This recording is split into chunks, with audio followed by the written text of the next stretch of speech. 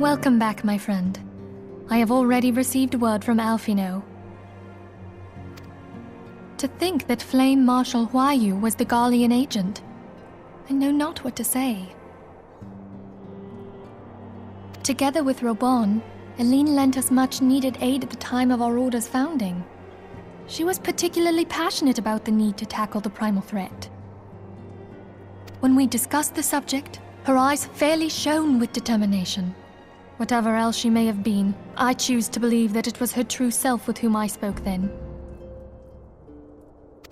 But now is not the time to dwell on such matters. I have an important announcement to make regarding our effort to defeat the Ascians. We shall begin as soon as everyone is assembled.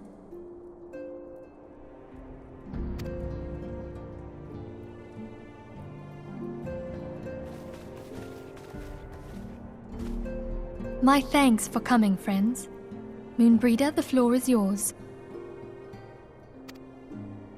By now, I'm sure you're all familiar with white auracite, the miraculous material that'll allow us to capture Ascian souls. Back at Snowcloak, we verified its ability to absorb vast amounts of ether. Alas, it leaves something to be desired in the area of stability. The stone can only store ether for a short while before expelling its contents. In addition to auracite's inherent limitations, we must needs be wary of our enemy's strength. Our foe draweth upon an infinite wellspring of power. Even should we succeed in entrapping him, the stone will not long contain his wrath. Meaning that, if we want to kill the swine, we'll have to be quick about it. 'Tis our belief that an Ascian soul may be permanently undone, if smitten by a sufficiently concentrated burst of pure ether. The only trouble is, we can't say for sure how concentrated the burst needs to be. Without knowing how much ether an Ascian soul is composed of, we're basically guessing. Our sole clue lieth in thy struggle with La Habrea. During that encounter, Heidelin bid you forge what she called a Blade of Light, a weapon which took the form of a luminous stream of energy. Based on your description, we believe the blade with which you vanquished your foe was composed of ether. Admittedly, your victory proved ephemeral, as La Habrea was able to use a crystal of darkness to flee into the space that lies between our world and the void. The fact remains, however, that Heidelin placed the means to destroy the Ascians in your hands. Be that as it may, it would be unwise to assume that she will do the same when we next encounter such a foe. Quite so, my lady. We must needs find the means to forge our own blade of ether, one to equal that which Heidelin did benevolently bestow upon her champion.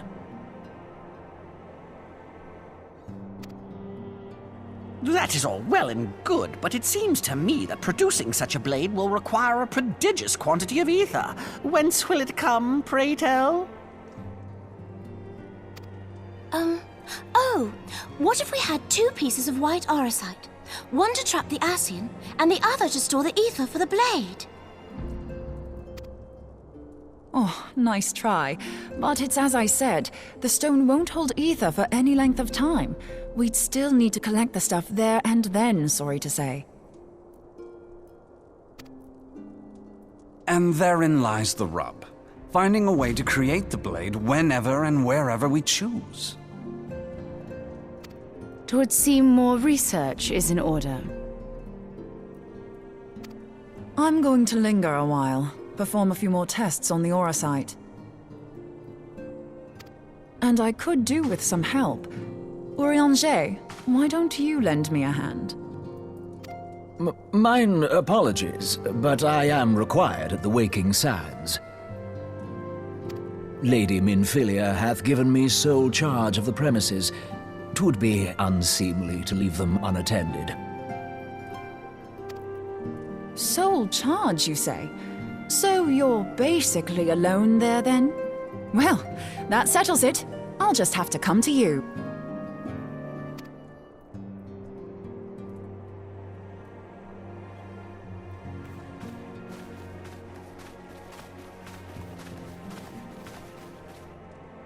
While you were afield, word arrived from the Sharlayan motherland. You will recall that a survey party was dispatched to investigate the incident at the Isle of Val. What they discovered was troubling, to say the least. According to the report, the isle has been erased from existence. 'Twas as if a hole had been torn in the very fabric of reality. Aye, yet the mystery endeth not with the isle's disappearance. It hath come to light that a number of scholars in various other locales were reported missing at a similar juncture. What's more, they all had something in common with the head of the students of Baldessian. Every last one of them was researching a phenomenon called dimensional compression, or the rejoining as the ancient texts call it. I'll be damned if that's a coincidence. All indications suggest Ascian involvement, but I sense that a force greater still is at work. The entity the Dark Beings call the One True God. We must pray that my dear friend Kryl regains consciousness soon. If she bore witness to the Isle of Val's final moments, she may be able to shed some light on this mystery.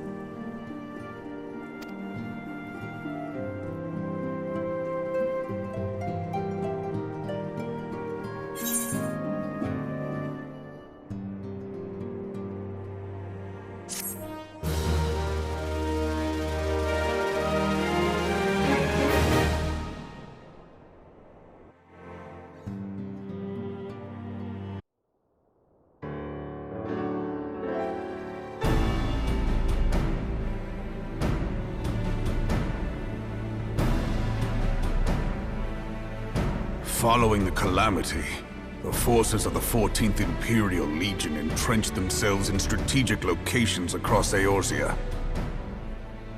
So swiftly did they accomplish this, it was suspected that they had received help. To think that it came from Huayu, my right hand. There is more. We have reason to believe that Huayu didn't deal exclusively with the 14th. She also answered to a higher authority in Garlemald.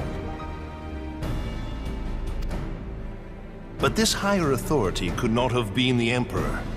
By consenting to the Media Project, Solus Zos Galvus showed himself to be more concerned about preventing the spread of primal influence than claiming Eorzea for the Empire. He would happily have seen the lot reduced to ash. We believe a number of high-ranking figures within the royal household were against the decision, but that they knew better than to oppose the Emperor openly. Of course, this didn't prevent them from making clandestine provisions, in which Huayu played a part. Alas, these provisions did not prevent Dalamud from falling, and the ensuing chaos changed the face of the realm forever. Yet Eorzea survived. To all intents and purposes, the Meteor Project had failed, and the Empire was left to rue its lack of a decisive means to eliminate the primals. Until, that is, it stumbled upon the Ultima weapon. Even before the accursed thing was dug up, it seemed to me the 14th had the might to overwhelm our weakened armies. Yet they chose to hide behind their walls. Why? The Black Wolf was wary of making the denizens of Eorzea desperate, lest more primals emerge to bleed the land. The discovery of the Ultima weapon, however, emboldened him to resume his war of conquest in earnest. But there was one in Garlemald who believed that Van Belsar's actions were premature. One who stood higher in the Imperial Army's chain of command. He ordered the Legatus to halt his advance, only to find that the Black Wolf had slipped its leash, and that the 14th now acted alone.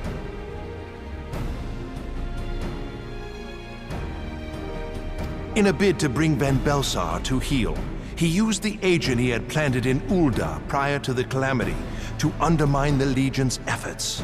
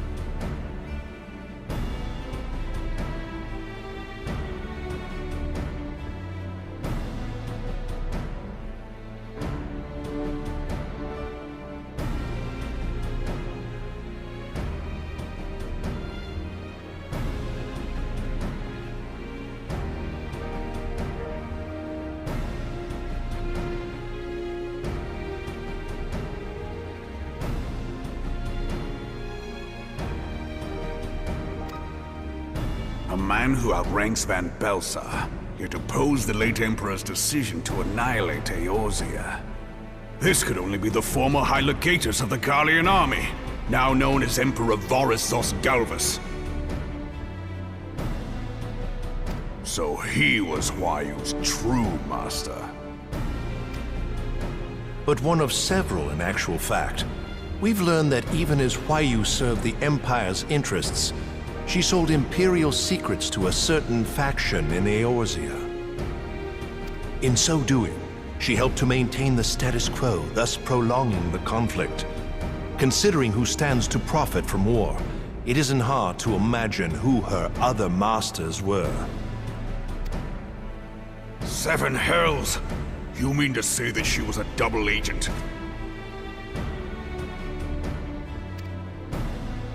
Triple, if you consider her services to Van Belsar and the new Emperor as separate. As neatly as these pieces seem to fit, one aspect of the puzzle remains unclear to me. By whose will was the Marshal feeding intelligence to the heretics? And try as I might, I fail to see how aiding their cause would profit either her Imperial or monetarist masters. Could it be that another hand is at work here? If so, Hua Yu must be made to reveal whose it is.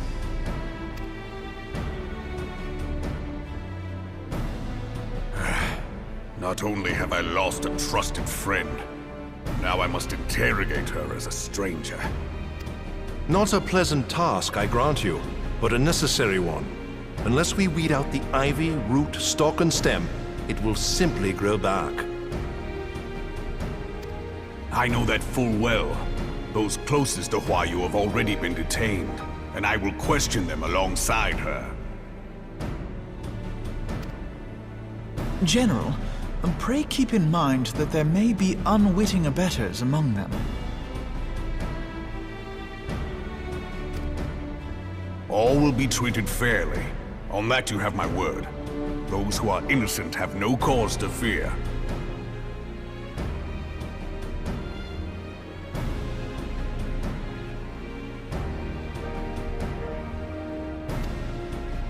You have ever been a friend of truth, General. I hope the unpleasant task of weeding out falsehood will not detain you too long. Though it be for the sake of Eorzea, doubting one's comrades is poison to the soul. And with that, I take my leave.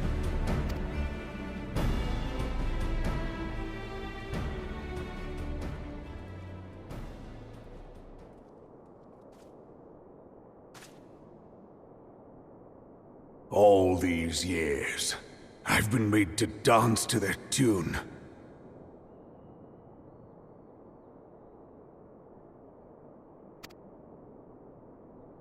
How could you, Wayu?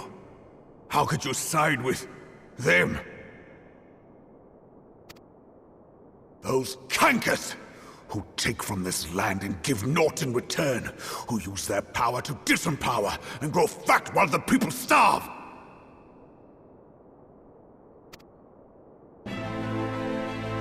I know you can hear me, monitorous scum! Your crimes will not go unpunished!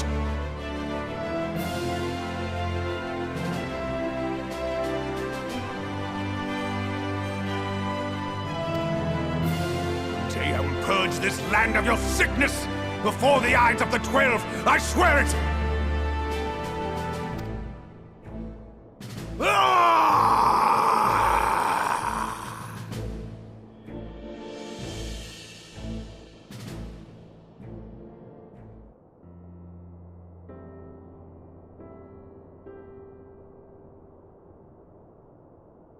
I shall have no further need of you this day.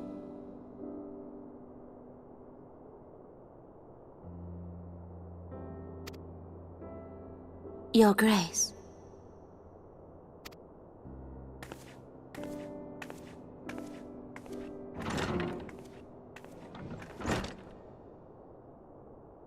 I fear that not even mine own chambers shall remain private for long.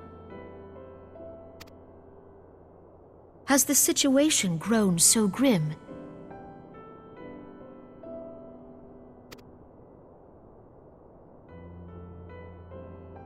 Ever since he proposed the Cardinal Reclamation Bill, Teleji Adeleji has risen to greater prominence upon the backs of impoverished refugees.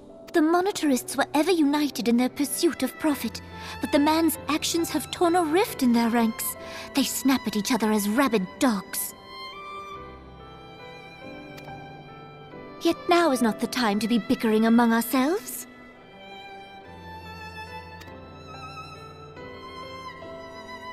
If this bickering is a threat to law and order, might you not have grounds to dissolve the Syndicate? Would that the solution were so simple, Admiral. Alas, my moving to dissolve the Syndicate is certain to spark outrage among the influential merchant class, whom the Cabal represents. This would serve to exacerbate the current unrest, and peace would slip still further away. Be they rich or poor, natives or refugees, all who reside in Ul'dah have a right to pursue happiness. It is the duty of a ruler to protect this right.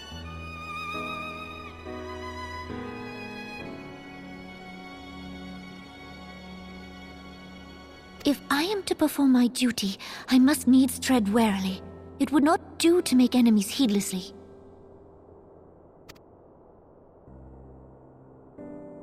Were Lord Lolorito here, he would doubtless say that I have my head in the clouds. A ruler is required to take a wide view. Try as we might to cater to all needs, some will inevitably be overlooked. As such, there shall ever be citizens who feel aggrieved. It cannot be helped. But as you have informed us, the monetarists take no view but their own. They hunger for power while the masses starve.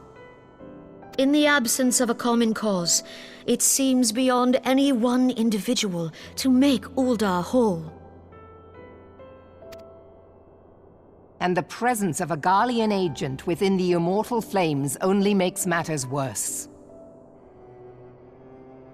Even accounting for Uldar's historic reliance upon mercenaries, such a grievous breach of security is unprecedented. I fear this business will provide the monetarists with a rod to beat Rauban.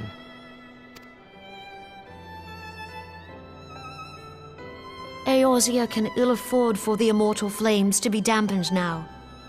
Ere long, the Garleans will turn their ravenous gaze toward our lands once more. If we are to resist their might, our nations must stand together. Yet for this to happen, our nations must be whole. Cannot be done to improve the situation in Ulda.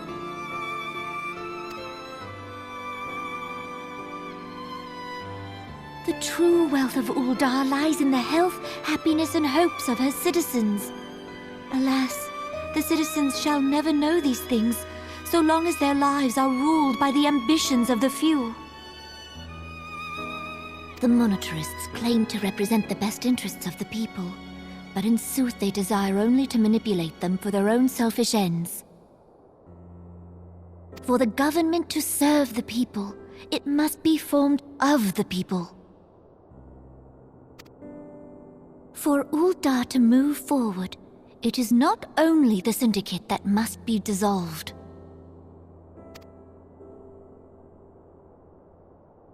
Nay, you jest.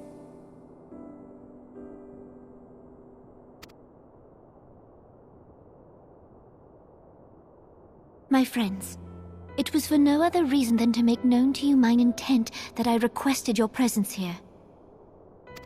When I make my declaration to the people, chaos shall inevitably ensue. As the last monarch in the line of Ul, I make unto you this request. Help Rauban to preserve order and protect the people. Forsake them, and you forsake yourselves, for a strong Eorzea will ever have need of a strong Ulda.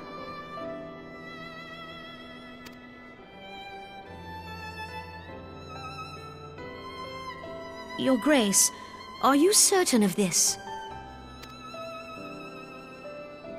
There is no other way.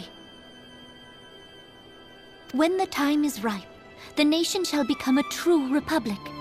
Both royalists and monetarists shall cease to be.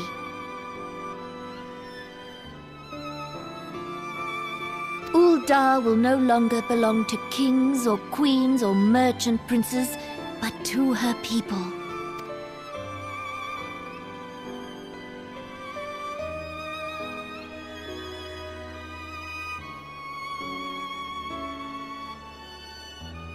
Rauban, forgive me for casting aside all that you have toiled for in my name.